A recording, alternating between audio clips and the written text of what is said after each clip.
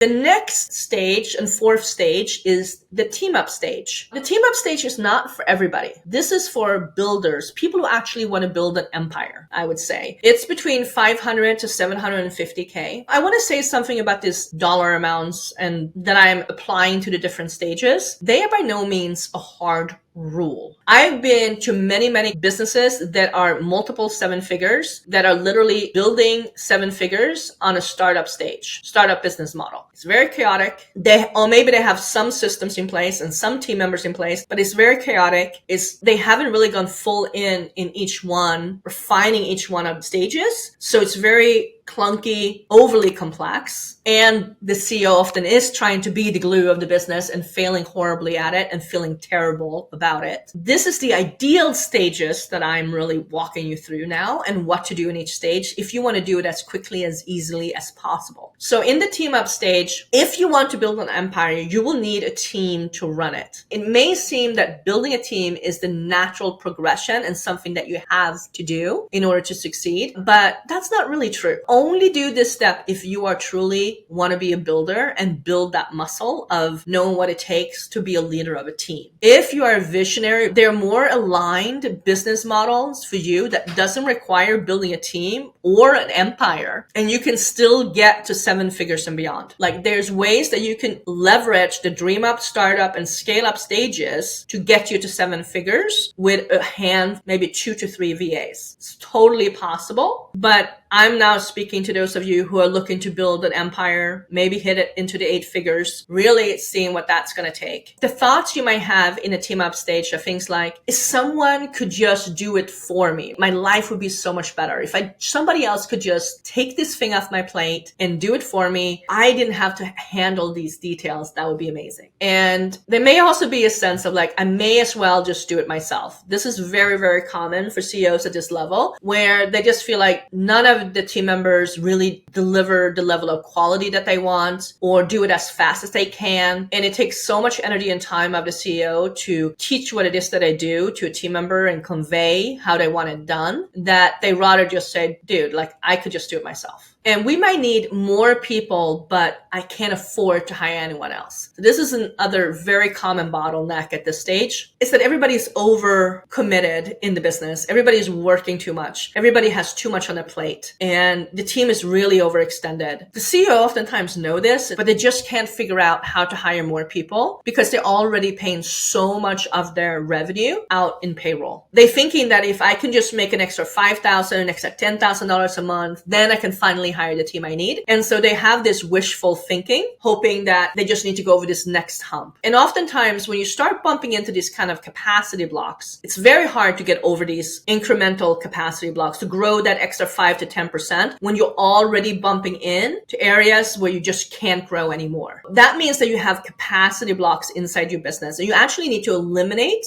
those capacity blocks for your business to grow that extra 5 to 10%. So it is this chicken or the egg question, or catch-22 that many CEOs get stuck in when they're looking to growing their business and their team and really scale it beyond just being a solopreneur with a couple of VAs. It's this financial catch-22 of knowing what needs to happen in your business, but not having the cash flow, and thinking that if you just make a little bit extra money every month, then finally you're going to be able to do those things, and then staying in that space for years. This is again something that will burn you out. It will burn your team out. It will create team members that feel resentful. It will create high overturn on the team that's coming in. It just creates a lot of clunkiness in your business along the way. There's also this feeling oftentimes that you may sense that you said, dude, like I told you how to do this 100 times. Why are you not doing it? When speaking to a team member, feeling like you're just having to repeat yourself all the time and staying on top of every team member and making sure that they're actually doing what they're supposed to be doing and that they're delivering quality work and handling your clients the way you want it done, and just feeling like, why don't they get it? And then this wishful thinking that you just wish things were easier and simpler. And maybe you even wondering like, why did I ever even get into this? Maybe I should just go back to where I was making. And this is also a very common thing I hear from CEOs at this level, where they tell me that I was making the same amount of money when we were making 250K as I'm making now when we're making 750K. Meaning that the take home payroll that they take home for themselves is the same. They haven't actually been able to grow their profit profit margin because they added in a lot of complexity and team members along the way, and it's eating up all their revenue, and there's not a whole lot of profits left over. It starts feeling like, why am I even doing this? Where's the reward of all this hard work that I'm putting into my business? And there's also this level of feeling like anytime you step away from the business, things starts falling apart or things go sideways. And so before you take a vacation, you're working twice as hard. And then when you get back, you're having to work twice as hard to then clean up messes that happened while you were gone. And so it gets really stressful to take time away from the business. You're starting to feel like even when you step away, you're obsessing over the business. Even if you're not working all those hours, you're constantly problem solving and trying to figure out ways to do things differently. And you're stressing when you're not there. You feel guilty when you're not there, and then you feel guilty when you're there because you're neglecting other areas of your life and sacrificing other things that really matters to you. Again, this catch-22. It's clunky and it's hard, and you're wondering if it's ever going to stop, if it's ever going to get easier. And so number one thing to focus on in the team up stage is delegation. So the thing that's really helps you with delegating is that just like you need a team around you to be successful and be able to scale your business, because there comes a time when you just cannot just do everything that needs to happen in your business, your team also needs systems around them. You need to be able to plug your team into a system that actually do the heavy lifting for you as far as managing and quality control and managing deadlines and managing that the team gets done what they need to get done. And so when you put these things in place, it gets so much easier because now your team is not relying on you to telling them what to do. They are actually doing the work without you really having to spend that much time with them. So for example, in my business, I run my business on 3-day work weeks, and my team is there running the day-to-day of the business. I currently have 9 team members. They are all working independently, and we meet about 30 minutes every week for our team meeting where we go over some of the main projects, talk big pictures. And if we need to, I sometimes have 30-minute team training. It doesn't happen every week, but this is where I really talk about the big picture. I kind of fills them in where we take in a company. I address any concerns or things that I think that they can tweak, that they should be doing better in the business overall. Maybe going over a brand new SOP, or we changing a software or something like that. That's where we spend the time. But the rest of the time, my team works independently. So we have standard operational procedures, which is the number one guardrail. The standard operational procedures are not created by me. It's created by my team. They write them, they create them and develop them. And then one of my team members kind of manages and assigns SOPs to team members, and also make sure that the format is right, reviews the SOPs, make sure they're well written and usable. And she also stores them in our SOP library inside of ClickUp, which is our project management tool. And it's super neat, super easy to find. Our whole team knows how to use SOPs and write SOPs. And this is like guardrail number one. So when we bring in a new hire, we have a whole training board, the task on their job description with all the SOPs so that they can literally with very little, like 30 minutes a day, get training on the different tasks that they would be responsible for, and from day one add value. So number one thing is having the SOPs in place, creating that guardrail. That's the number one guardrail that the team handles. The other guardrail is the company culture. And the company culture is something that's really dependent on me as a CEO and what my values are that I want to instill into my team. This is more about how the team behaves and how I want them to show up, how we communicate, what the expectations are. So this is where we really discuss all the things that you can imagine that annoys CEOs on the back end that the team members do that they wish they'd never done and that they think is common sense, because it turns out common sense is not very common. That is the stuff that we put into the company culture so that we really set the expectations for the team member when they step into our business. So for example, if you hire somebody from a corporate setting and they come into your business and you go, oh my God, they're so corporate. Well, part of that is because you haven't actually given them the company culture to plug them into and train them on how you want them to behave and how you want them to show up. So we are always putting those two guardrails in place, the SOPs and the company culture. And together they create a really great container for our team to really perform at very high levels from day one they step into the business. It also makes delegation super easy and straightforward. And so this is a process that's really important for you to build out if you really want to grow a team, to make it super easy on you and create a self-managing team. This is something that we help our clients do inside our accelerator program. We we actually partner with them, help them assess their team, and then help them build these processes out for them. And I call this, without these guardrails, your team just becomes like ping pong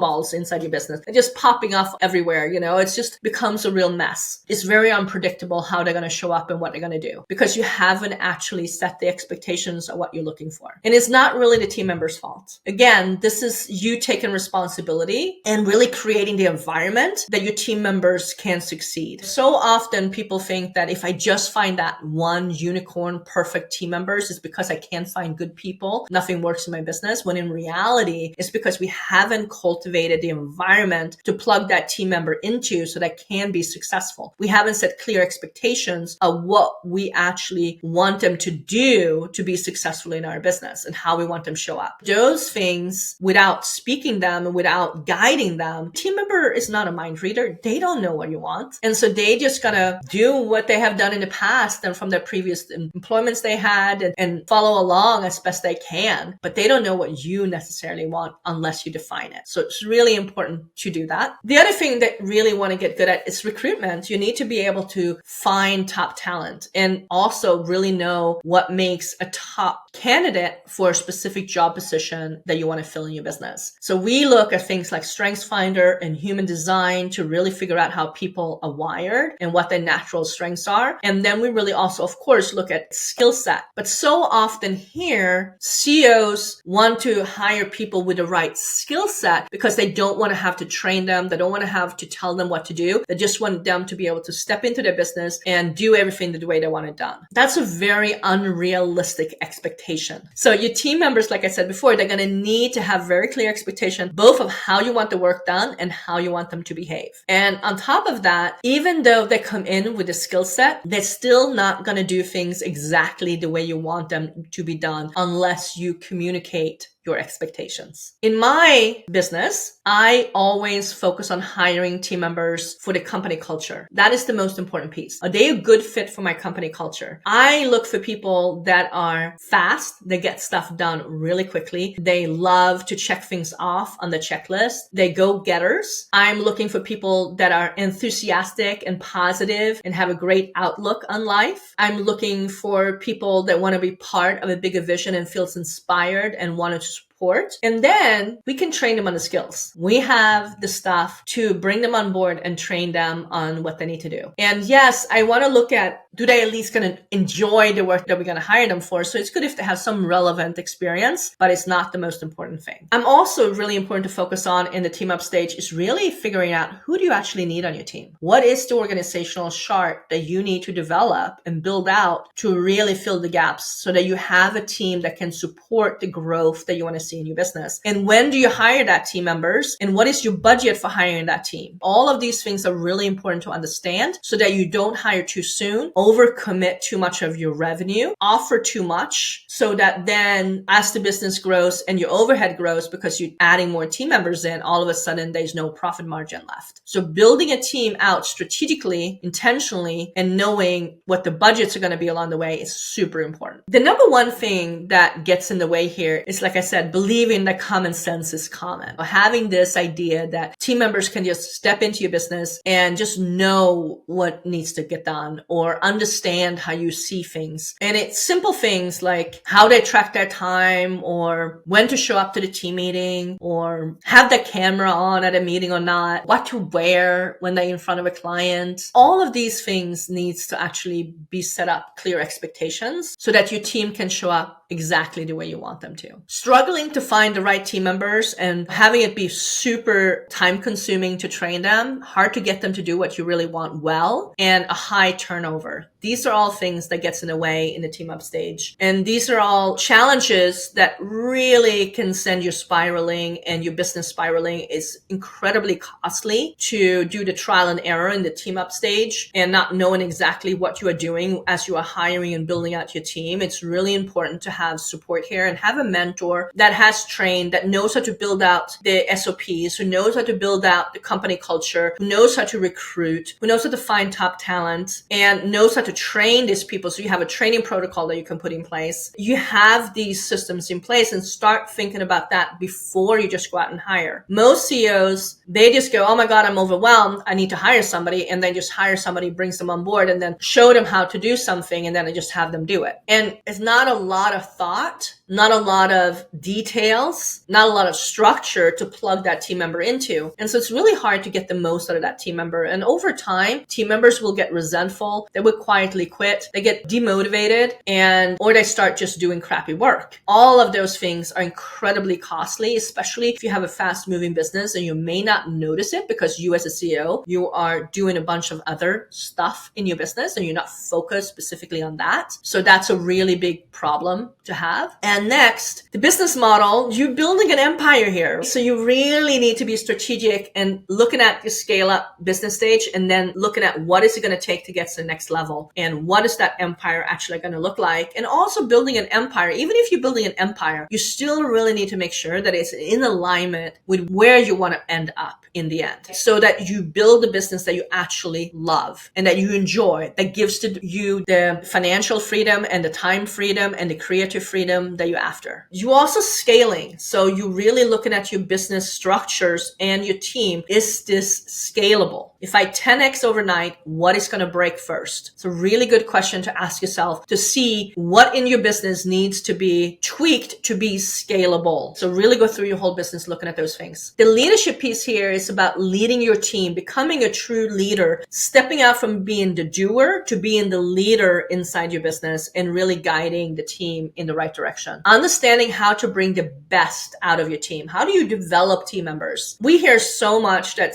as a CEO, we should be working in our zone of genius, but that is also true with your team members. Every single team member needs to be working in their zone of genius. And when you put your team members in their zone of genius and really cater the job around their natural strengths and their unique wirings, they will start producing at a much higher level. That'd be a lot easier to manage because they know and have confidence of what they're doing. And it's not going to take as much to get them up and running in a business and in the role that you hired them for. And they're also way more motivated. They're way more inspired. They're going to show up happy. They're going to leave the work excited. Like there is this level of momentum that starts happening when you really understand how to cultivate and bring out the best out of your team. And the skills to grow in the team up stage is team recruitment. How do you find and hire top talent? Team development. How do you develop and really create the environment for new hires to step into your business to really be successful in your business? And how do you develop top talent inside your team? And also team leadership skills. How do you lead a team? What is your team really looking for? One of the things that I see a lot of CEO doing is stepping in to a meeting with a team and they just brainstorming. They just kind of brain dumping their ideas and thoughts, and then they hope that the team can just fix it and run with it. And oftentimes the team is leaving kind of confused. They're not really sure what needs to happen. There's not a lot of clarity. And then the CEO goes, oh, my team isn't very good. They don't really know what they're doing. But in reality, if you showed up to the meeting and told the team, this is what I want you to do, and you